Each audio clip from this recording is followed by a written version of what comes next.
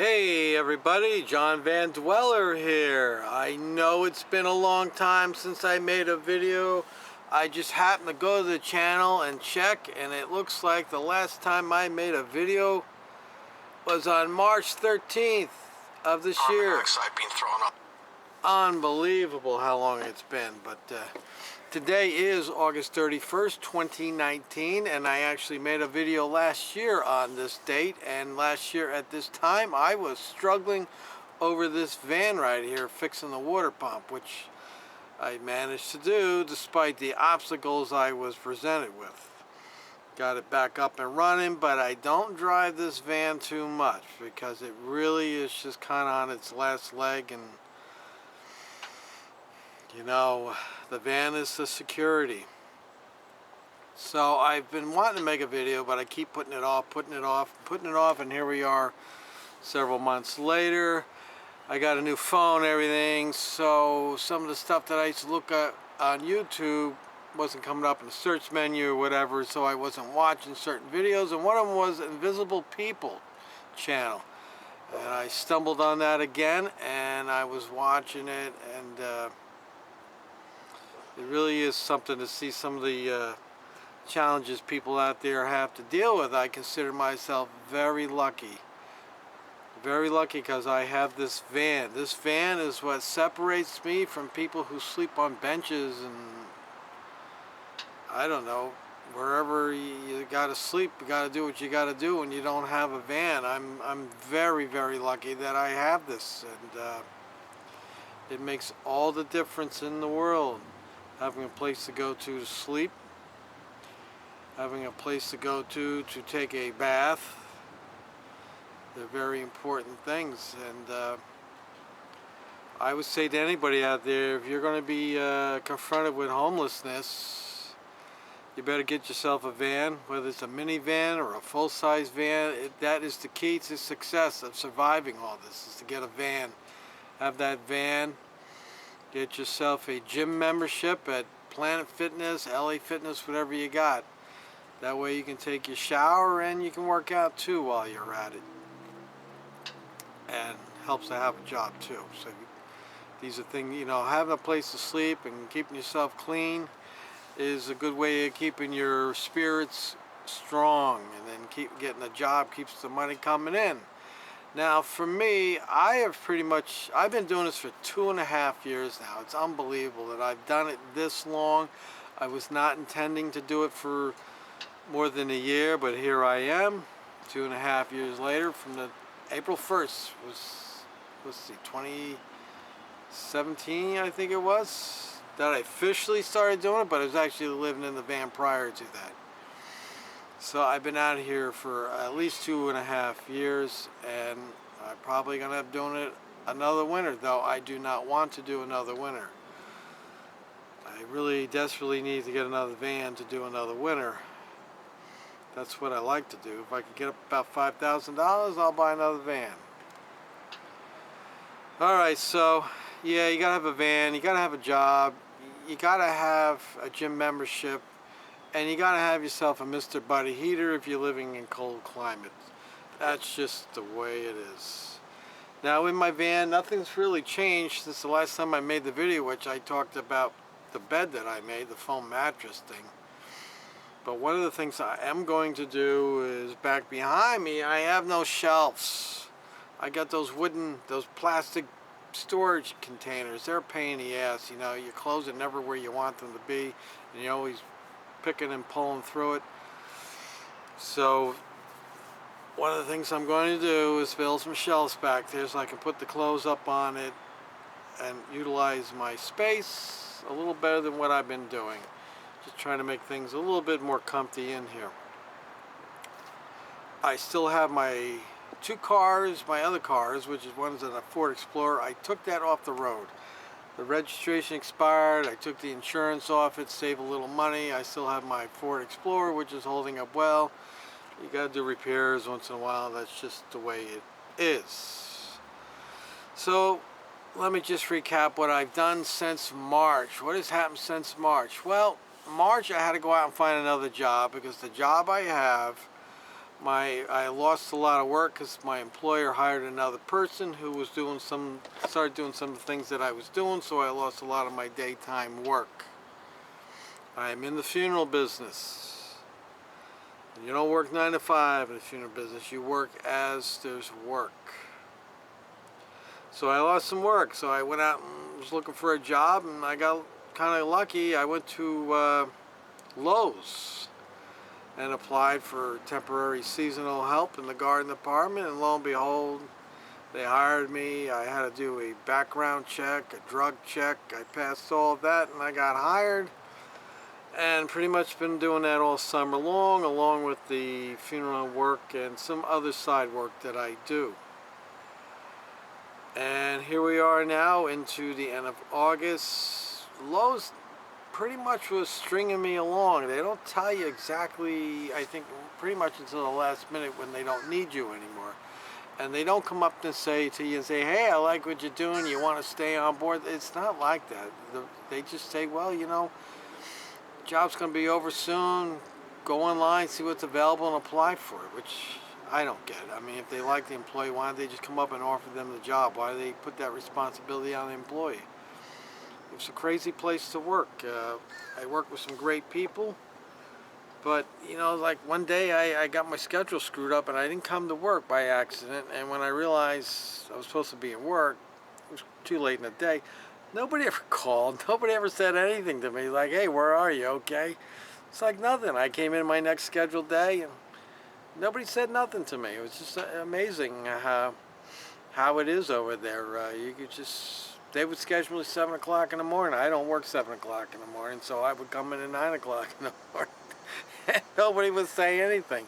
So, excuse me. So, you know, it was just kind of fast and loose over there, and I don't know how to explain it. I left the job a week ago. It was about a week from today, this weekend, last weekend I think it was. I just had enough. You know, I knew things were coming to an end. The garden department was slowing down, and if they see you stand around, they're going to take you and stick you in some other department. And I was like, I'm not interested in this. And then they screw with your schedule. You tell them you got another job to work at nights, and they're scheduling you nights. So I just said adios amigos, and I stopped coming in, and they never called me. So if you're going to get a job at Lowe's, don't expect them to care much about you. Strange place. I have no intentions of working there ever again, so here we are. So anyway, I've been kind of busy at the funeral home, so we picked up a little work there, and I got some side work that came through. Gonna put a little money in my pocket, so we're good for another 2-3 weeks. But in the meanwhile, I am looking for a job, full-time or maybe semi-full-time would be more appropriate for me. I'd rather have like 30 hours a week. I went to one company, Burlington Coat Factory, and I think they're going to offer me a job, but here's the problem. They told me the job starts at 6 o'clock in the morning. You work 6 to 2, Monday through Friday. And now, if they offer me $20 an hour, I'll entertain it, but I know what's going to happen. They're going to call me up and say, hey, John, we'd like to hire you. We'll give you $13 an hour, and I'm going to laugh at them and say, I don't think so. Have a nice day. We'll go look for something else. I'd rather make $10 an hour and go to work at 9 in the morning. And let's see, what else? There's really no more else to report. I still got all my teeth. I haven't lost any teeth, though. I haven't been to the dentist all summer. I am going to be going very shortly. As soon as I get paid on this side job, I'm going to make an appointment, go get my teeth cleaned. Don't want to lose any more teeth. And let's see. I can't think of anything else that's happening.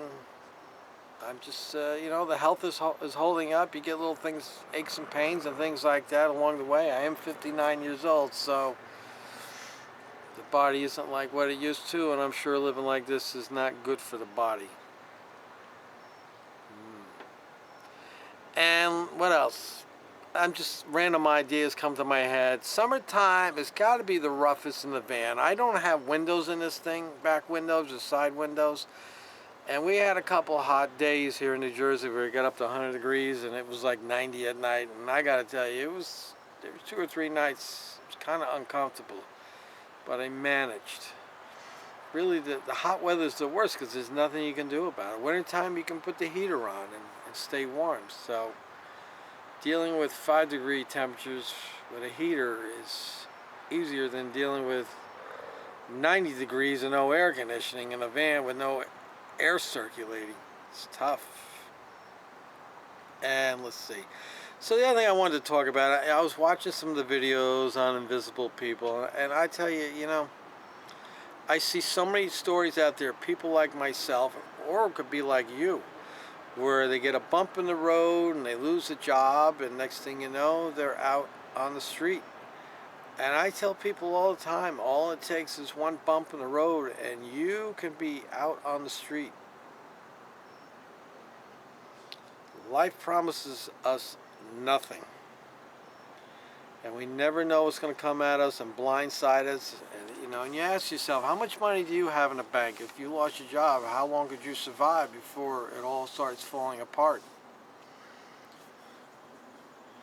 So I watch some of those people, and a lot of them are educated people, and they just get some bad breaks. But one thing I do see, sometimes I think not everybody's mentally strong, and it breaks your spirit to the point where you just don't do anything anymore to get yourself out of the situation. You just function within the dysfunction. And I guess one of the things that separates me from, quote, homeless people, because I really just don't consider myself a homeless person, that I'm really where I'm at by choice. And you're probably shaking your head, well, why would you be in this situation by choice? Because, you're going to work all week and you're going to give all your money to somebody just so you can sleep in their house and look at their ceiling above you? And then you got no money? The rents here in New Jersey, we have a housing shortage here in New Jersey. And you rent a room now in somebody's house, they want $200, $250 a week. Rooming houses are $200, $250 a week. I know somebody has a rooming house, and I happened to ask him how much he wanted a week for a room. And yeah, the rooms are nice. He said everything's all new in there. You got TV, you got Wi-Fi, you got a nice bed, a shower, that kind of thing. But he was telling me $239 a week, and it's right above a bar, so you gotta listen to that noise. How many people are taking home that kind of money? They can throw that away and still have money left over to pay for your phone and your car and your food and your any other expenses that come along. I'm just not willing to give up all my money, and I'd rather just have a little more free time. But I will say, in all honesty, this is getting old. I am getting tired of it. And one of the big things I always have to deal with, it happened at work the other day. I was talking to somebody, and he says, oh, where do you live? And I said, Hazlet. And he says, well, where in Hazlet? It's like, well, I live here. Oh, you do? Well, things will get better. I'm like, yeah, thanks.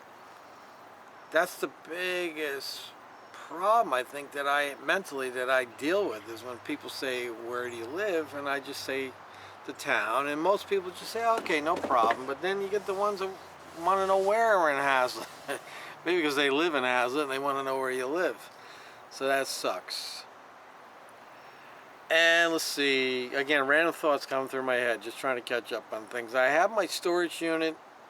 It's about half empty. One of my things to do is to get down there on a cool day, and I'm just going to throw out so much more stuff.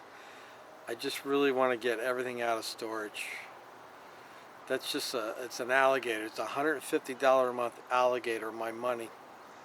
You got to figure out how many hours you have to, that's 2 days worth of work, if you're making $10 an hour. You have to work to pay for that storage unit. So I'm really, that's one of my priorities, is to just throw things out. The money that I spend every month, I could have bought everything in there twice, 3 times. So we're going to throw a lot of things out and try to store things in the vehicle, or at least get it into a smaller storage space. Cost me half as much. All right, that's it. I really can't think of anything else more to talk about. I just respond to some of the people who respond to my videos. You know, I'm just amazed that anybody pays attention to these videos. But I'm happy there's a few people out there that have subscribed and watch what I have to say and probably concerned about me, or maybe they're learning from me, I don't know. But I'm always happy to hear people's comments, so feel free to chime in. And if you got any questions about surviving in a van, I'll try to answer. Maybe I'll even make a video for you. I've done it for 2.5 years. I think I'm semi-qualified. At least we're in the area that I'm living at. You know, there's different challenges according to where you live. And where I'm at, which is Monmouth County, New Jersey, Jersey Shore area, it's not too bad, you know. Your biggest challenge is dealing with the cops, trying to avoid them. That's probably the biggest obstacle, is avoiding the police. And so far, I have managed to avoid them.